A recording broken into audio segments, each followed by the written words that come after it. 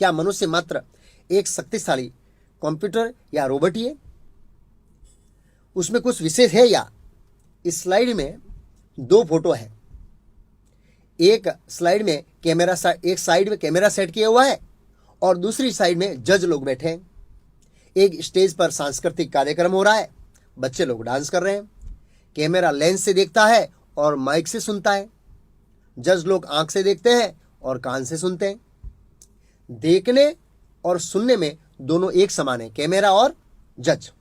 अगर कैमरे को आप कहेंगे तो आपको फॉरवर्ड करके बताएगा कि उसने क्या देखा और क्या सुना। ऐसे ही जज लोग बता देंगे कि उन्होंने क्या देखा और क्या सुना। लेकिन जब ये निर्णय लेने का समय आएगा कि अच्छा डांस किसने किया, तो कैमरा जवाब नहीं देगा। क्यों? क्योंकि वो जड़ है, उसके अंदर महसूस करने की शक्ति नहीं है। उसको आप जैसे चलाएंगे वैसे ही वो चलेगा। लेकिन जजों के अंदर एक आत्मा बैठा है जो महसूस करता है कि किसने अच्छा डांस किया और किसने अच्छा डांस नहीं किया। तो ये एक दृष्टिकोण है आत्मा को समझने के लिए कि आत्मा जड़ पदार्थ नहीं है बल्कि चेतन तत्व है, चेतना है। अब हम मृत्यु के नजदीक के अनुभव को समझेंगे कि आत्मा इस शरीर में कहाँ रहती है।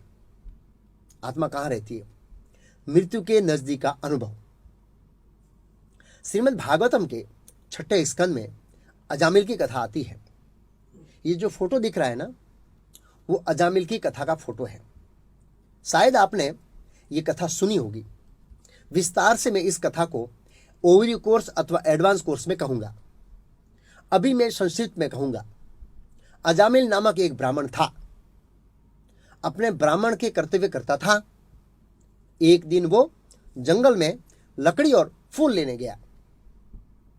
उसने एक शूद्र और वेश्या को आलिंगन करते हुए देखा तो उसके हृदय में काम वासना जागृत हो गई। हालांकि वो शादीशुदा था तो भी वो वेश्या को घर में ले आया। अपनी पत्नी और पिताजी को घर से निकाल दिया और वेश्या के साथ रहकर खूब पाप कर्म करने लगा। लूटमार, चोरी करना, डाका डालना इत्यादि।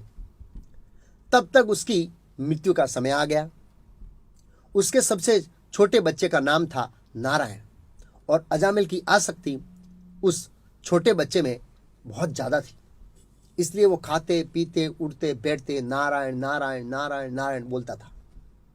अजामिल पापी होने के कारण मृत्यु के समय यमराज के यमदूत उसको लेने के लिए आए। जब अजामिल ने यमदूतों को देखा तो भयभीत हो गया। हम कई बार देखते हैं कि व्यक्ति जब मरता है तो मृत्यु के समय वो बिस्तर में ही मलमूत्र कर देता है। क्यों? क्योंकि वो आखिरी समय में यमदूतों को देखता है। यमदूत बड़े भयंकर होते हैं। अजामिल ने यमदूतों को देखा तो अपने छोटे बच्चे नारायण को पुकारा, नारायण नारायण नारायण। तभी भगवान विष्णु के पार्षद विष्णुदूत तुरंत वहां आए और उन्होंने बड़ी गर्जना के साथ कहा, सावधान, रुक जाओ। श्रीमद् भागवत में लिखा है कि जिस समय विष्णुदूत आए उस समय यमदूत अजामिल के हृदय प्रदेश में से आत्मा को निकालकर मृत्यु के पास में बांध रहे थे। इस प्रसंग से यह साबित होता है कि आत्मा हृदय प्रदेश में रहता है। और फिर विष्णुदूतों ने यम के पास को काट दिया और अजामिल को मुक्त करवा दिया। उसके बाद विष्णुदूतों और यमदूतों में क्या संवाद हुआ और अजामिल का क्या हुआ, वो सब हम ओवरव्यू कोर्स और एडवांस कोर्स में समझेंगे। इस कथा से एक सिद्धांत क्लियर होता है, एक बोध मिलता है।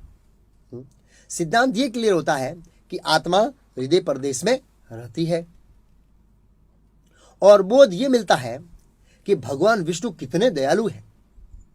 हालांकि अजामिल ने अपने बच्चे नारायण को पुकारा था, फिर भी भगवान इतने दयालु है कि उन्होंने अपने पार्षद विष्णुदूतों को भेजा। क्योंकि मूल रूप में यह नारायण नाम भगवान विष्णु का है, इसलिए पहले जमाने के बच्चों के नाम भगवान के नाम पर रखते थे, ताकि मृत्यु के समय भूल से पुकारेंगे तो अजामिल की तरह हमको भगवान बचाने के लिए आएंगे। लेकिन वो रास्ता भी हमने बंद कर दिया।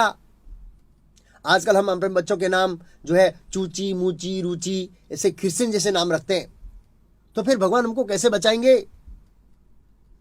अभी किसी को प्रश्न हो सकता है, अगर आत्मा हृदय प्रदेश में रहती है तो जब हार्ट ऑपरेशन, हृदय का ऑपरेशन होता है, तो आत्मा कहाँ जाती है? वह आत्मा कोई ऐसी गोली लखोटी थोड़ी है, चिमटे में ऐसे पकड़ लिया और ग्लास में रख दिया, बैठ इधर, हाँ? और फिर हृदय का ऑपरेशन करने के बाद वापस हार्ट में डाल दिया। आत्मा ऐसी सूक्ष्म हाथ में आने वाली चीज नहीं है, बहुत सूक्ष्म चीज है। वास्तव में आत्मा एक आध्यात्मिक और बहुत ही सूक्ष्म तत्व है। वैज्ञानिक लोगों ने भी आत्मा को फोटो लेने का प्रयास किया, लेकिन सफल नहीं हुए। जब व्यक्ति मरने की तैयारी में होता है तो उसको कांच की पेटी में वैज्ञानिकों ने एक बार बंद कर दिया अच्छी तरह से, उसमें से हवा भी नहीं निकल सकती थी, इतना उसको पैक कर दिया।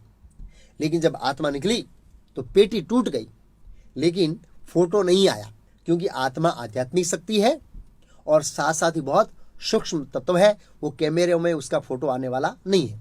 तो हम चर्चा कर रहे थे कि जब हृदय का ऑपरेशन करते हैं तो आत्मा कहाँ जाती है। जैसे कई बार हम देखते हैं कि गाड़ी का इंजन अच्छा होता है, लेकिन ड्राइवर की जो सीट है वो खराब हो जाती है, तो ड्राइवर क्या करेगा?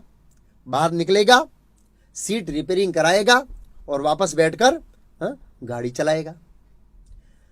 जब तक इंजन खराब नहीं होगा तब तक वो गाड़ी चलाएगा।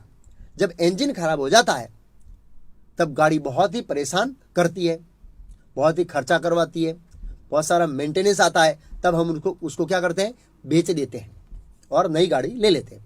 ऐसे ही जब ये शरीर बहुत मेंटेनेंस मांगता है, खास करके बुढ़ापे में एक के बाद एक रोग आता है, तब समझना चाहिए कि यह आत्मा शरीर को बदलने वाली है और दूसरा नया शरीर लेने वाली है।